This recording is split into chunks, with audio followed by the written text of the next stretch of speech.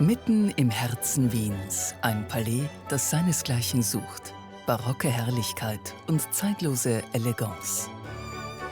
Das Palais Pallavicini war von bahnbrechender architektonischer Modernität und sorgte für höchst amüsante Skandale. Das Pallavicini ist eines der ganz wenigen Palais von Wien, das bis heute von der Besitzerfamilie tatsächlich bewohnt wird.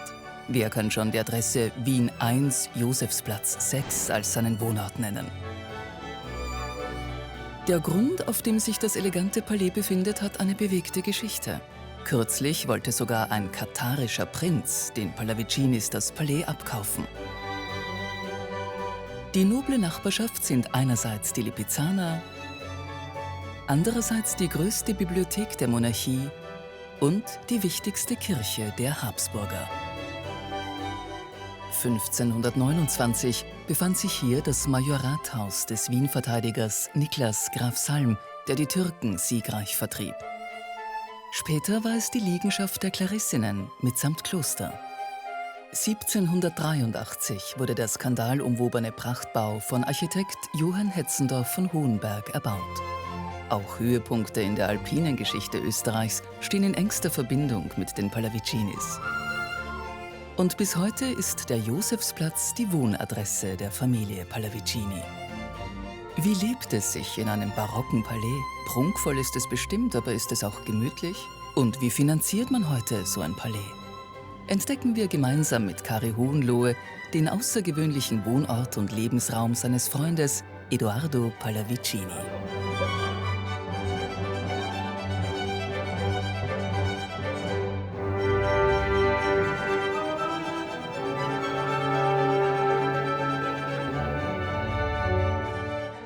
Die Pallavicinis sind sprichwörtliche Europäer.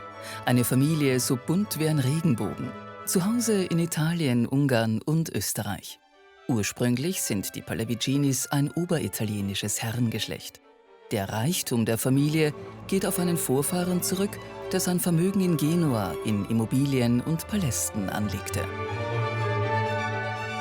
Das Wiener Palais kann auf eine turbulente Geschichte zurückblicken. Musiker höchsten Ranges verkehrten bei den Pallavicinis. Und ein Besitzer des Palais war sogar die Vorlage für Ferdinand Raimunds Verschwender. Hier haben legendäre Ballnächte stattgefunden und hier wird bis heute gefeiert. Würde man die elegante Herrengasse, die ihren Namen den hoffähigen Herren und deren Palais zu verdanken hat, verlängern, wäre das Palais Pallavicini der prachtvolle Höhepunkt.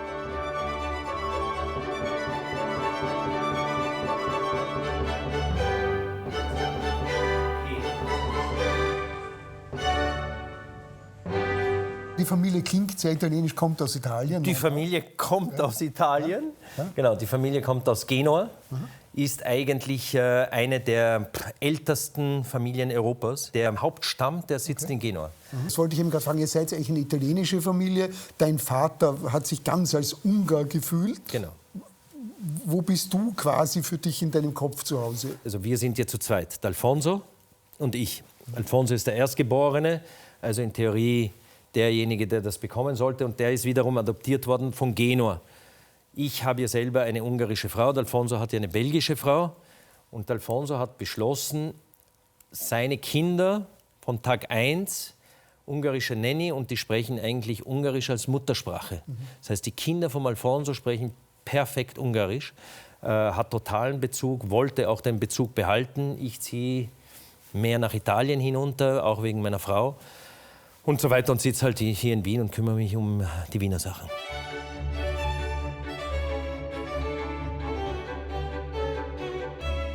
Du hast wie viele Kinder? Ich habe 2 Kinder mit meiner Frau. Die unehelichen weiß man nicht. Und diese Kinder sind auch schon ein bisschen geprägt hier aufs Haus? Oder wie siehst du das? Haben die das gern oder ist das für die völlig normal? Meine Große zieht eher nach Italien. Mein Kleines 2008 geboren. Wenn du ihn fragst, was er ist er Deutscher, Österreicher, was weiß ich. Die Hoffnung ist die letzte, die stirbt. Natürlich hofft man, dass sie doch irgendwann einmal eine Liebe entwickeln. Zwingen will ich sie nicht und kann ich sie nicht. Ihr seid ein unglaubliches Mischmasch, Ungarn, Italien, Österreich und so weiter. Wie sprecht ihr untereinander? Wir duzen uns. No. Ja, wir duzen uns in erster Linie. In zweiter Linie, ich muss halt Italienisch sprechen, damit meine Frau versucht, mich zu verstehen. Oder damit ich versuche, meine Frau zu verstehen. Kinder sprechen wir Italienisch mit meiner Frau und ich spreche mit den Kindern Deutsch. Okay. Und so haben meine Eltern eigentlich auch gemacht mit uns. Komplett zweisprachig aufwachsen. Und die Kinder sind auch komplett zweisprachig, die sprechen beides perfekt, oder? Sprechen beides perfekt. Der einzige Unterschied zwischen meiner Kindheit und meinen Kindern ist, Alfonso und ich haben Italienisch untereinander gesprochen, meine Kinder reden Deutsch untereinander.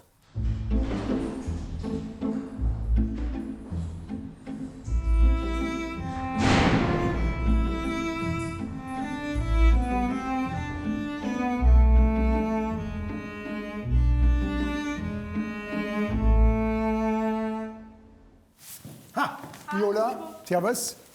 Dich fange ich jetzt. Und weißt du, was jetzt Grauenhaftes passiert? Oh Gott. Ja, ich mache jetzt mit dir einen Familiengeschichte-Kurs.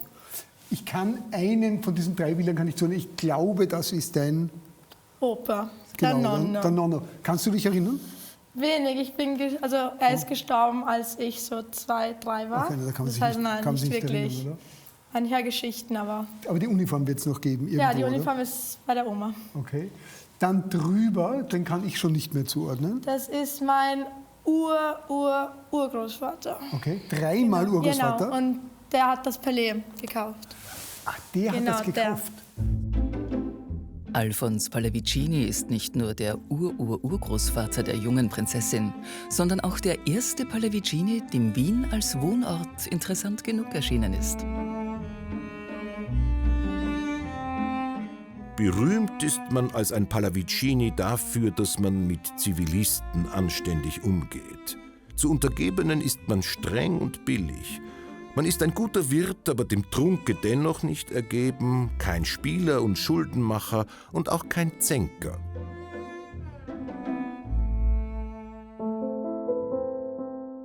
Die Bezeichnung Erblande ist die Beschreibung der Stammlande eines Landesfürsten. Diese Erblande sind stets im Eigentum der jeweiligen Dynastie und vererbbar. Die Pallavicinis besaßen nicht nur stattliche Palais in Genua. Ihre Besitzungen in Italien waren zwischen Parma und Piacenza so groß, dass sie unter der Bezeichnung Stato Pallavicini bekannt wurden.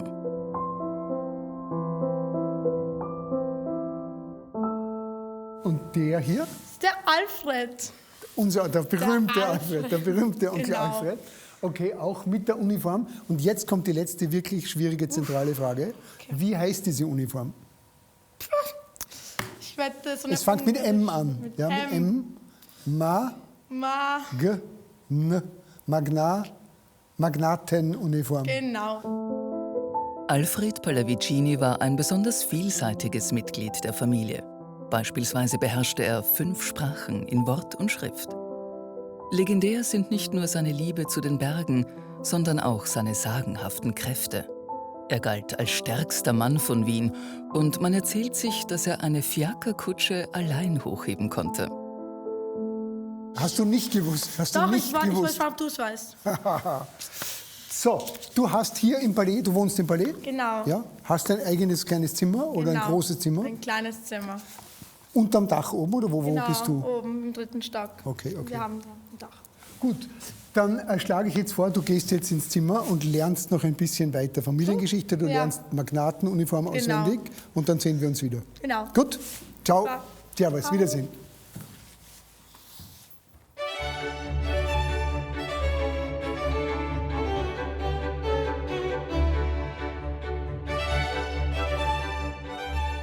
Du bist jetzt eigentlich hier zurzeit verantwortlich fürs Palais. Du bist quasi der Hausmeister vom Palais.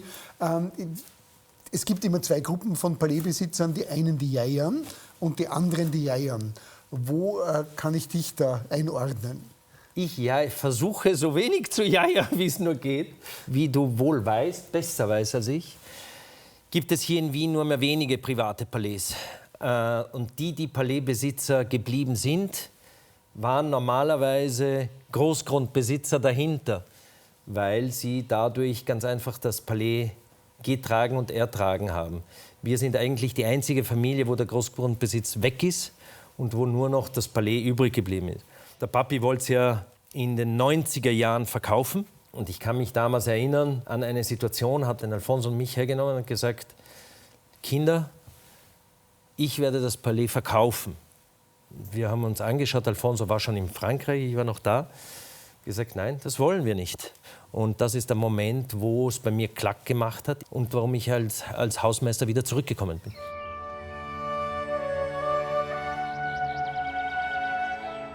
Das Wiener Stadtpalais der Pallaviginis vereint Generationen und verschiedene Zweige der Familie unter einem Dach. Es ist eines der wenigen Palais, die auch noch privat von der Familie bewohnt werden. Wir sitzen ja auch hier im Dachboden, das ist hier deine Privatwohnung. Kann man sich da wirklich zurückziehen? Ihr vermietet Räumlichkeiten, es ist ständig was los. Hat man da ganz ein privates Leben oder ist ständig, dass irgendjemand anruft und du musst irgendetwas tun? Es funktioniert immer gut, wenn man Hausmeister, Installateur und Elektriker in einem ist. Nein, also natürlich ist es mühsam, aber man muss ganz einfach irgendwie seine Privatsphäre versuchen abzugrenzen, beziehungsweise versuchen, die Mieter so auszuwählen, dass eine Freundschaft entsteht, dass ein Zusammenleben entsteht. Solche Gebäude kann man, glaube ich, auch nur erhalten, indem man ein Teamwork macht. Und ein Teamwork ist mit den Mietern gemeinsam und versteht, was ein Mieter braucht, und der muss dann auch verstehen, was der Eigentümer braucht. Rittmeister Ellmeier-Westenburg gehörte schon nach dem Ersten Weltkrieg zu diesen Mietern und eröffnete seine Tanzschule in den ehemaligen Stallungen des Palais Pallavicini. Es gehörte bald zum guten Ton, selbige zu besuchen, um die eleganten Wiener Bälle der Gesellschaft eröffnen zu können. Schon in der Monarchie waren die Mieter des Palais besondere Herrschaften. Galt es doch, den Platz nahe des Kaiserhauses auch so zu nutzen, dass die kaiserliche Familie davon profitieren konnte. Ein Mitglied des Kaiserhauses ist nicht einkaufen gegangen. Die kaiserliche Familie kam mit Bargeld nicht in Berührung. Majestäten haben alles an den Hof liefern lassen. Und so war die logistische Nähe der Hoflieferanten eine Notwendigkeit. Kaiser Franz Josef gab beim Hofjuwelier Köchert legendär gewordene Kunstwerke in Auftrag. Aber wahrscheinlich Ihre vielleicht berühmtesten Stücke, die Sie haben, sind die berühmten Sterne von der Kaiserin Elisabeth. Zufällig, so ein Zufall. Hier haben wir so ein schönes Exemplar. Es gibt eine Geschichte zu den Sternen. Und zwar war so, dass die Sissi mit dem Franz Josef in der Oper waren, in der Zauberflöte. Und die Königin der Nacht hatte eben so Sterne in den Haaren, und das hat sie so fasziniert, dass sie gesagt hat, Franzl, ich hätte auch gerne, glaube ich, solche paar Sterne. Und aus diesen paar Sternen wurden dann einmal diese berühmten 27, die sie im Haar hatte. Also bei diesem berühmten Winterhalter. Genau, auf dem Winterhalter-Porträt. Das sind eben die klassischen 27 Diamantsterne, die aus unserem Haus stammen. Nicht nur die Hoflieferanten, sondern auch die Kaffeelieferanten galt es in greifbarer Nähe zu wissen, obwohl der Kaiser zu seinem großen Bedauern nie im Kaffeehaus gewesen ist. Wir sitzen jetzt im Café Bräunerhof, genau vis-à-vis vom Palais Pallavicini. Das ist auch noch immer das Palais hier, wenn ich rausschaue. Das war einmal das Palais. Ich habe erzählt, das Palais hat überlebt im Privatbesitz, weil es ganz einfach so groß war. Und ist bis hierher gekommen, und die letzte Generation hat ganz einfach dann wegen Erbschaften und so weiter. Und dieser Teil vom Haus wurde 1993 verkauft. Okay. Du bist eine unglaubliche Mischung aus verschiedenen Ländern. Du lebst in Österreich, du bist in Italien geboren, deine Vorfahren waren Italiener, ihr wart aber eigentlich Ungarn. Jetzt ganz ehrlich, was bist du? Bist du ein Europäer? Bist du überall, oder wofür schlägt dein Herz beim Fußball? Beim Fußball für gar niemanden, weil die alle mittlerweile so schlecht spielen, glaube ich. Aber die Realität, ich glaube, wir sind alle doch Europäer mittlerweile. Wir sollten es zumindest sein. Und nicht so wie heute die Politik dorthin gehen und uns immer wieder einsperren und zusperren. Aber das gesagt, ich habe immer mehr nach Italien hinuntergezogen. Dein Vater hat sehr gerne getragen die berühmte Magnatenuniform, eine wunderschöne ungarische Uniform.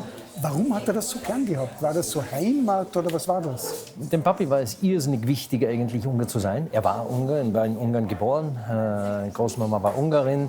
Das heißt, er hat irrsinnig wirklich sehr viel auf dieses Land bezogen. Und die Magnatenuniform ist für jeden Ungarn ganz einfach sehr, sehr wichtig. Er hat sie auch immer wieder getragen, er hat sie auch bei offiziellen Anlässen getragen, zum Beispiel beim Begräbnis von der Zita. Ja, absolut.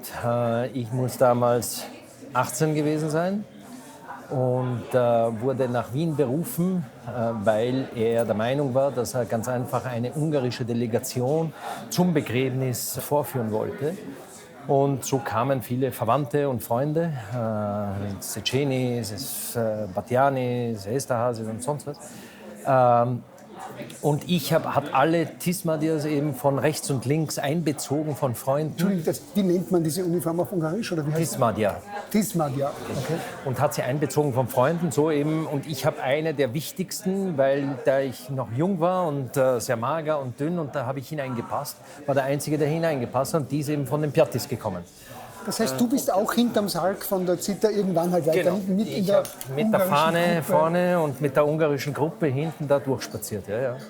Ganz interessant, dass man an so einem, das wird es ja nie wieder geben, so einem historischen Ereignis ein bisschen teilhaben kann. So nicht? Absolut. Es ist sicherlich eine Erinnerung, ein Teil der Kultur und Teil der Habits. Kultur und Habits, gelebte Rituale zu pflegen, eine Möglichkeit, dem Alltag Leben zu geben. Das Leben ist nicht ein Sein oder ein Werden, nicht eine Ruhe, sondern eine Übung. Wir sind's noch nicht, wir werden's aber. Es ist nicht das Ende, es ist aber der Weg.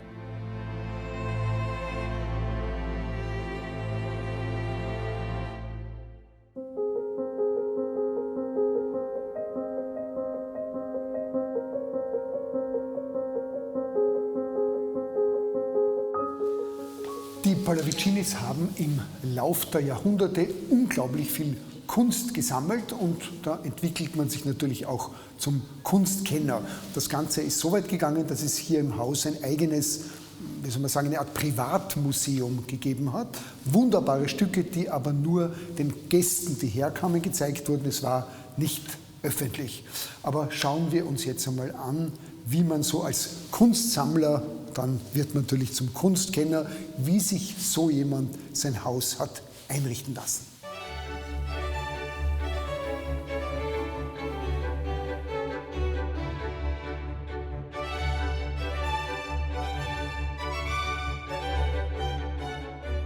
Ganz wenige Palais in Wien verfügen heute noch über originale Gobelins und edle Erstausstattung. Die prachtvolle Gestaltung von Lustern und Wänden sucht ihresgleichen. Das Wissen und die Liebe zu hoher Qualität von Kunst und Kunsthandwerk spiegelt bis heute den Geist der Pallavicinis wider.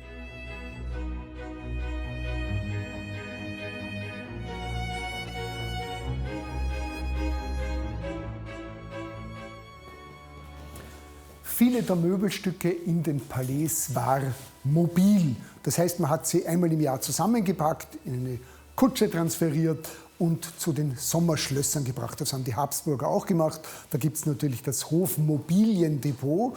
Und Mobiliendepot stammt einfach daher, dass diese Möbel mobil waren. Mobiliar hatte keinen fixen Platz und musste deshalb ordentlich verwaltet werden. Kaiserin Maria Theresia war sowohl im Großen wie auch im Kleinen eine vorbildliche Verwalterin. Die Ordnung ist die Seele des Lebens. Ohne sie gibt es nichts Gefälliges, nicht einmal Angenehmes.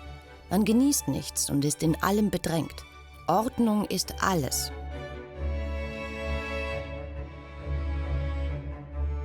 Es ist ja auch wirklich sehr beeindruckend, wenn man heraufgeht und das Entree hat eine wunderbare Aura. Du musst das wahrscheinlich immer wieder herrichten, es geht ständig was kaputt. Das Ganze ist unter Denkmalschutz. Hast du spezielle Firmen, die du da immer schon kennst? Ich schaue mir nur an, irgendwelche Glasluster, das muss man alles Hand nachmachen. Das gibt es ja nicht zu kaufen. Es gibt, wo ein Wille, da ein Weg. Und es gibt Bastler und es gibt hauseigene Angestellte, nicht Hunderte, aber doch welche, und die kümmern sich drum. Aber natürlich musst du dich drum kümmern und basteln und versuchen, das Bestmögliche daraus zu machen. Und du siehst dich jetzt wirklich, ich meine, du sagst es jetzt auch als Witz, aber du siehst dich wirklich in irgendeiner Form als Hausmeister, weil du mehr oder minder, wirst nicht alles selber machen können, aber zuständig bist für alles. Ja, natürlich. Jetzt wird man etwas grauer, so wie du. Das heißt, man macht auch immer weniger, aber früher habe ich alles gemacht. Ja, ja. Ja, aber kannst du jetzt, ehrlich, kannst du das? Kannst du Installateur, Elektriker, das kannst du ja gar natürlich. nicht. Echt, wahr? Ich glaube, einen Teil der Heizung von hier habe ich selber gebaut. Ehrlich jetzt? Ja. Zusammen mit verschweißt und... Nicht verschweißt, gelötet. Das war meine Testfrage. Ja, genau. Bis heute gilt die rechtschaffene und regelmäßige Arbeit zur Erhaltung und Weitergabe des Bestandes als wichtigste Arbeit des Adels.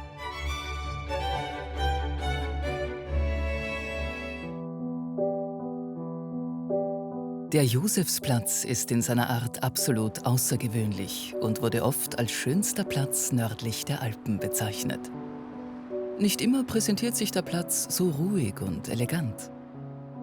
Unvergessen die aufregenden Stunden, die der Brand der Redutensäle im November 1992 bescherte. Das Dach der Hofburg stand über mehrere Stunden hindurch in Flammen. Das Palais Pallavicini befand sich durch die bauliche Nähe in höchster Gefahr.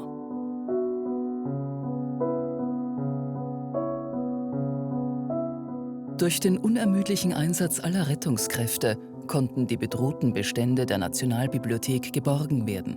Der papierene Schatz der Republik war gerettet. Auch die berühmte vierbeinige Nachbarschaft war damals in Gefahr. Die Lipizzaner bewohnen ja die Stallburg und arbeiten mitten in der Hofburg. Das Dach der Winterreitschule war ebenso einsturzgefährdet. Engagierte Mitarbeiter und Passanten führten die Pferde in die Parkanlagen der Hofburg, um sie aus dem Gefahrenbereich zu bringen. Seit den Kriegstagen hatte Wien solch dramatische Szenen nicht mehr erlebt.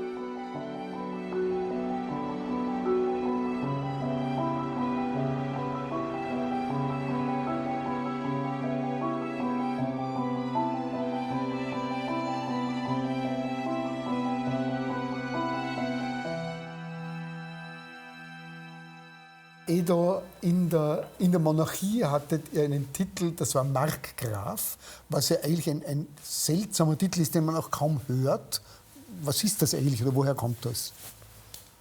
Der Titel, Ja. Markgraf, Ja. der kommt von Italien heraus und ist dann aber auch noch einmal 1880 meinem Urgroßvater, dem Alfred, hier von der Monarchie bestätigt worden. Markgraf ist ein Amtstitel, der seit dem 8. Jahrhundert in ganz Europa in Verwendung ist. Im Heiligen Römischen Reich war man mit diesem Titel den Herzögen gleichgestellt und wurde auch mit königliche Hoheit angesprochen.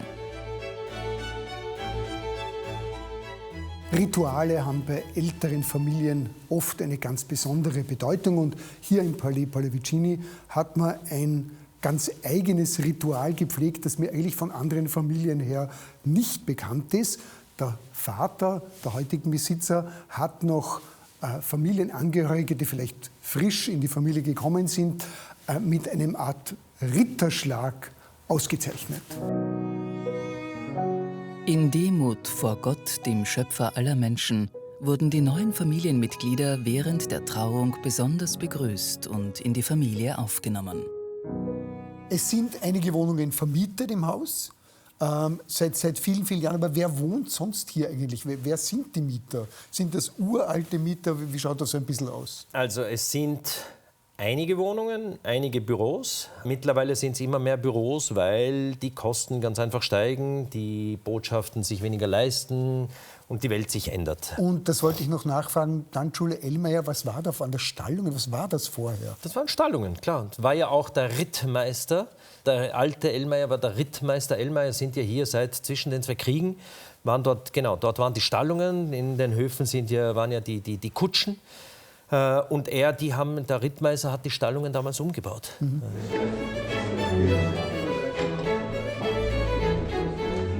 Der Wiener Rennverein wurde unter der Schirmherrschaft des Fürsten Ulrich Kinsky gegründet und hat seit vielen Jahren seine Adresse im Palais Pallavicini. Ursprünglich waren die Mitglieder Rennstallbesitzer oder Züchter. Bald konnte man auch durch Ballotage zum Mitglied ernannt werden. Die eleganten Herren des Clubs treffen sich auch heute noch täglich zum feinen Schmaus, zum Austausch über Aktuelles und sie pflegen das traditionelle Kartenspiel zur Erquickung des Geistes.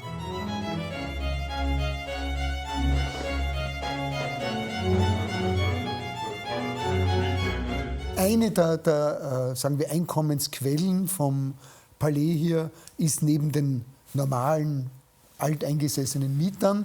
Man kann die Räumlichkeiten, die wirklich wunderschön sind, die wahrscheinlich, sowas findet man recht selten in Wien oder fast gar nicht, werden für Veranstaltungen vermietet. Genau. Dieses Palais unterscheidet sich von den anderen aus einem Grunde heraus. Dieses Palais hat den Zweiten Weltkrieg fast unbeschadet überstanden. Eine Bombe ist in der Mitte hereingefallen und nicht explodiert. Zwischen den 2 Höfen.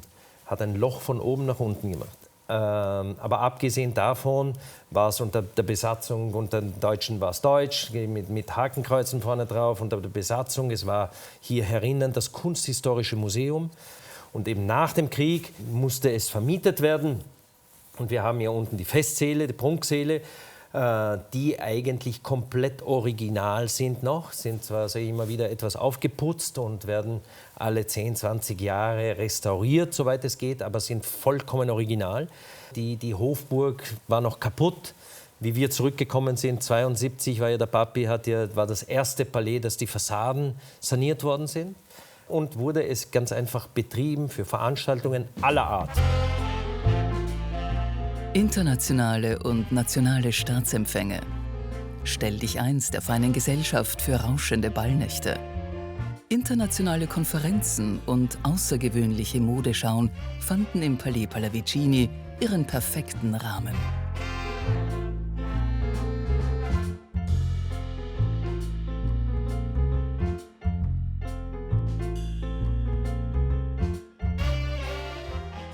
Wir befinden uns jetzt im Uhrensalon des Palais Pallavicini. Möglicherweise hat es mit der Uhr hinter mir zu tun. Die Pallavicinis haben ja alles gesammelt. Bilder, Möbel, seltene, erlesene Bücher und natürlich auch Uhren. Ja, und für einen Pallavicini ist die Zeit im wahrsten Sinne des Wortes wirklich stehen geblieben. Er ist unsterblich geworden. Jeder von Ihnen, der vielleicht schon einmal auf den Großglockner gegangen ist, dem wird der Begriff Pallavicini-Rinne ein Begriff sein. Und wirklich, dieser Pallavicini, ein Extremalpinist, der hat wirklich einen direkten Zusammenhang hier mit dem Palais. Alfred Pallavicini war in jeder Hinsicht außergewöhnlich. Er konnte von sich behaupten, ein Weltreisender und internationaler Erstbesteiger zu sein. Seine große Liebe waren die Berge. Schon sehr früh trat er dem österreichischen Alpenverein bei und fand dort auch jene Seilschaft, die mit ihm den Großglockner bestieg. Pallavicini hat mit seinen innovativen Erneuerungen das Bergsteigen revolutioniert und ist bis heute dafür anerkannt. Am 8. August 1876 gelang erstmals die Besteigung der besonders steilen Eisrinne, die vom Pasterzgletscher am inneren Glocknerkar zum Großen Glockner emporreicht und nach ihm Pallavicini-Rinne benannt wurde. Nur 10 Jahre nach der Erstbesteigung wurde der Großglockner dem waghalsigen Extremalpinisten zum Verhängnis und er verunglückte auf bis heute ungeklärte Weise. Erst 2 Wochen nach seinem tragischen Absturz konnte Alfred Pallavicini tot geborgen werden.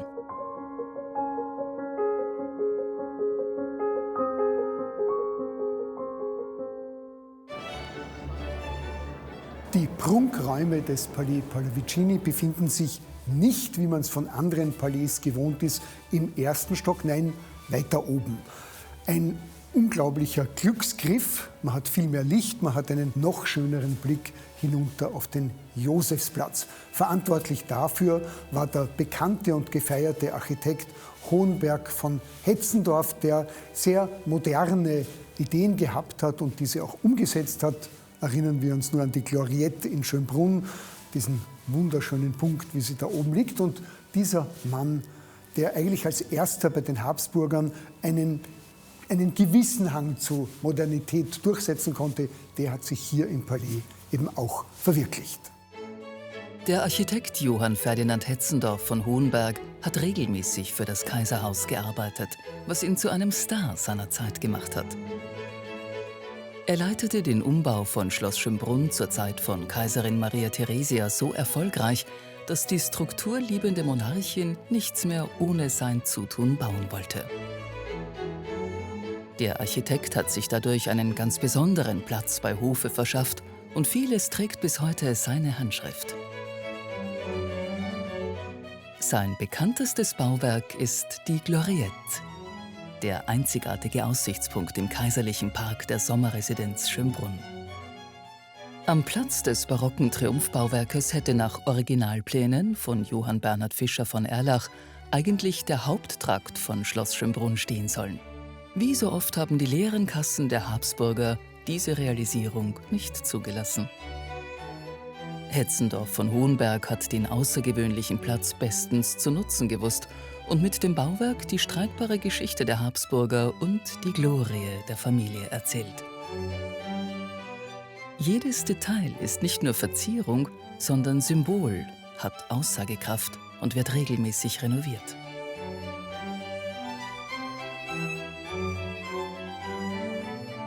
Auch die Struktur und die Anlagen des Gartens sind bis heute von seinen Ideen geprägt. Im Zentrum von Wien wurde Hetzendorf von Hohenberg von Johann Graf Fries beauftragt, auf dem Josefsplatz ein herrschaftliches Palais zu entwickeln. Der Architekt hat mit seiner völlig neuen Idee, die Beletage des Stadtschlosses einen Stock höher zu legen als bis damals üblich, einen richtigen Skandal ausgelöst. 1842 war Moritz Graf Fries aufgrund von finanziellen Schwierigkeiten gezwungen, dieses Palais zu verkaufen. Und so gelangte es in den Besitz der Pallavicinis.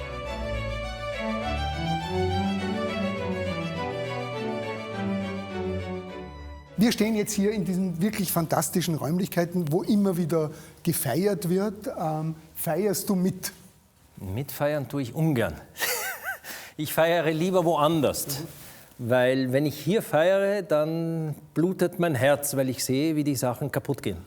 Das verstehe ich, ja. Es haben immer schon Feste hier stattgefunden. Das Palais wurde ja gekauft, nur um darzustellen die Potenz, die Größe, die Mächtigkeit. Und das Palais unter dem Fries hat ja 3 Stockwerke gehabt.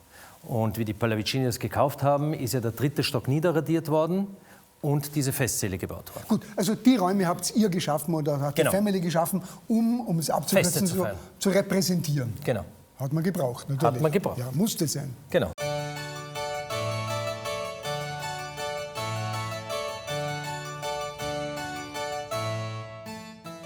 Kaiser Josef war ein unglaublicher Reformator. Er hat aber auch darüber hinaus eine große Entschlusskraft gehabt. So sind einmal die Ärzte vom Josephinum draufgekommen, dass das Tragen von Mieder extrem ungesund ist. Es ist alles eingeschnürt gewesen, die Organe wurden eingeschnürt, man ist sehr leicht in Ohnmacht gefallen. Was hat Kaiser Josef gemacht? Er hat eine Kommission sofort einberufen und hat verboten, dass Mieder getragen werden. Man musste zu St. Stephan gehen, das Mieder dorthin bringen und dort wurde es verbrannt. Das war natürlich ein großer Schock für die Damen der Gesellschaft. Die waren gewohnt, dass man Jahrhunderte ein Mieder getragen hat. Und das Gesellschaftsleben ist nahezu zum Erliegen gekommen. Niemand wollte ohne Mieder auftreten. Man hat sich nicht wirklich wohlgefühlt. Und es hat so Art Geheimfeste gegeben, wo man sich getroffen hat. Zum Beispiel auch hier im Palais Pallavicini, wo man im Mieder gefeiert hat, eingeschnürt und doch irgendwie befreit. Festliche und kulturelle Aktivitäten waren immer ein Ausdruck von Reichtum. Man erzählt sich, dass Moritz Reichsgraf von Vries einer der reichsten Männer seiner Zeit gewesen ist und den verschwenderischen Lebensstil liebte. Er nannte 80% des Bankhauses Vries sein eigen und war der Erzeuger des berühmten Maria-Theresien-Talers, der bis heute als Zahlungsmittel in Umlauf ist. Seine Sammlungen umfassten mehr als 300 Meisterwerke namhafter europäischer Maler. Und er hatte eine Bibliothek, die gleich groß war wie die legendäre Privatbibliothek des Prinzen Eugen. Auch bei der Musik war er ein Mann der Superlative. Ludwig van Beethoven und Franz Schubert gingen beim Grafen ein und aus und wurden von ihm großzügig unterstützt. So nimmt es nicht Wunder, dass der aufwendige Lebensstil des Grafen die Vorlage zu Ferdinand Raimunds Verschwender wurde. Du hast vorher erzählt, dass dein Vater eine Zeit lang ein bisschen spekuliert hat, damit das Palais zu verkaufen. Kommen immer wieder Leute heute auf dich zu und sagen, bitte, ich möchte es, geben Sie es her, ich will es kaufen? Passiert sowas? Ja, wir hatten vor 4 Monaten, 5 Monaten ein Essen hier mit dem katarischen Botschafter, der Cousin vom was der Kuckuck was. Und der wollte unbedingt das Ding kaufen hier. Ganz ehrlich, hast du überhaupt nachgedacht oder hast du sofort gesagt nein? Oder hast du dir mal die Summe angehört und hast dann ein bisschen drüber nachgedacht? Natürlich denkt man nach. Man denkt nach, was der Wert ist und wie man aus etwas Geld lukrieren kann, ohne den Besitz herzugeben. Das funktioniert aber nicht. Ich nehme aber auch an, dass du musst ständig investieren. So ein Haus ist ja nicht, wenn man auf der einen Seite fertig ist, geht es auf der anderen Seite wieder los. Das ist ein Spiel ohne Ende. Absolut. Ich meine, ich habe angefangen, hier die Fassaden am Josefsplatz im Jahre 2009 zu machen. Dann war die Bräunerstraße dran, dann war der zweite Teil in der Bräunerstraße und heuer machen wir gerade 2 Teile im Hof drinnen. Absolut, geht weiter. Kostet. Kostet, natürlich.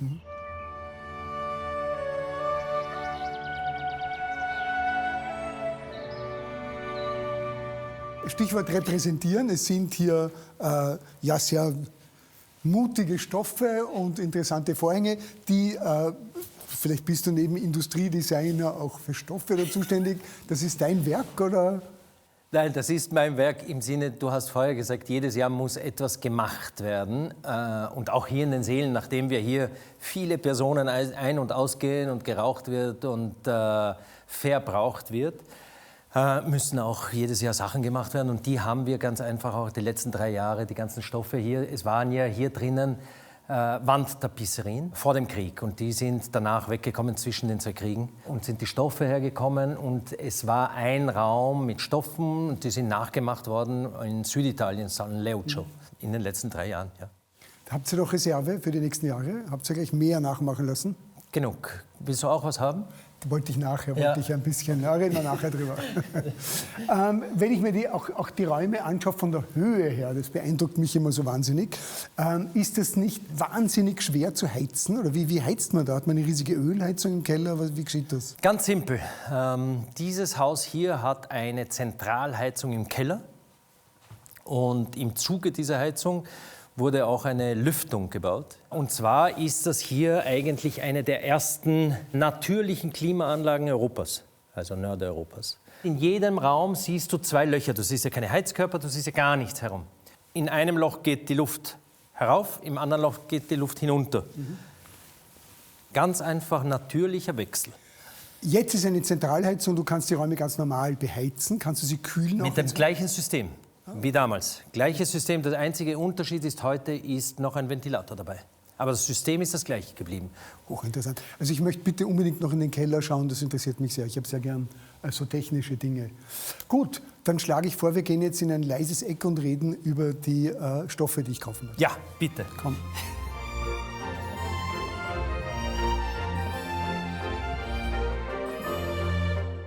So, Gut, wir sind so, jetzt hier wir sind in den hier. Tiefen des Palais. Ja, Geht aber noch weiter hinunter, oder nicht? Es geht noch weiter hinunter, absolut. Ein Keller noch oder Es geht mehrere? noch ein Keller hinunter. So, Was ist das jetzt bitte hier? und hier, das war die Kammer, die Heizkammer.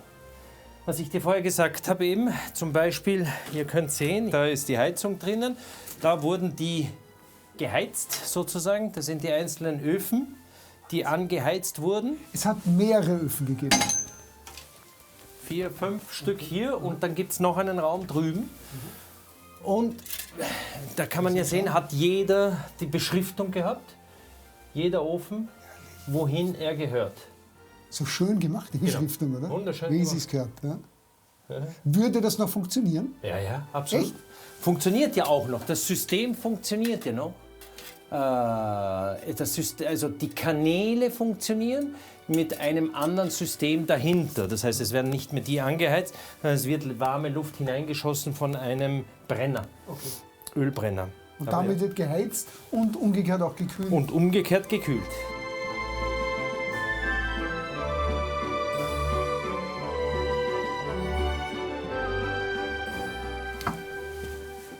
Was ist das hier Seltsames? Das schaut aus. Was ist das? Gitter? Was ist das? Das sehen wir oben in den Höfen. Das waren sozusagen die Schächte, Luftschächte für den Keller. Und das sind eben die letzten, was ich gesagt habe, Überbleibseln vom Königinnenkloster. Du siehst ja hier das Kreuz noch drinnen. Nein, das ist wirklich alt. Ja, und mein Großvater bei Ausgrabungen, Umbauten, hat hier noch so eine, Marmor-Inschrift gefunden, die er dann dem Kloster drüben geschenkt hat. Das ist auch drüben, weil das war ja hier sozusagen das Königinnenkloster und hinten waren 2 Friedhöfe. Da sehe ich aber oben im Hof, sehe ich das auch noch Ja, einmal. genau. Das schauen wir uns jetzt an. Sehr interessant. Das elitäre Frauenkloster der Klarissinnen war eine Gründung von Erzherzogin Elisabeth, der verwitweten Königin von Frankreich. Errichtet wurde es auf dem Grund des Majorathauses von Niklas Graf Salm, dem Verteidiger der Stadt Wien während der ersten Türkenbelagerung 1529. Genau 200 Jahre nach seiner Gründung wurde es als unnützes Jungfernkloster von Kaiser Joseph II. Aufgehoben und auf die bis heute erhaltenen Kirchen der evangelischen Gemeinden aufgeteilt. Primogenitur und Fideikommiss, die das Nicht-Aufteilen eines Gebäudes unter Erben mit sich bringt, zeigt im Fall des Palais Pallavicini seine positivste Seite. Wir haben es geschafft. Heute kann man sagen, ich sage jetzt einmal, die letzten 20 Jahre war es nicht mehr eine Last, sondern eigentlich einen Ertrag, Gott sei Dank. Und jetzt werden wir sehen, wie es weitergeht. Warum, ich überlege gerade, warum sagt man dann, Moment, da ist das Haus meiner Eltern und Großeltern, weil so eine enge Verbindung zur Historie, zur Geschichte ist. Aber warum macht man das eigentlich? War es Warum ein heiratet Geschäft? man? Weil man liebt. Ja, genau. Das ist ganz einfach die Liebe. Und irgendwo entsteht sie oder sie entsteht nicht. Ein Zwang kann man nicht haben. Wenn du einen Zwang hast, dann ist schon alles verloren. Und bei mir ist anscheinend die Liebe entstanden und entwickelt. Und jetzt müssen wir schauen, dass man es hoffentlich in die nächste Generation irgendwie hinüberbringt und hinübergibt. Eine historisch bedeutende Familie, gelandet im 21. Jahrhundert, die Pallavicinis.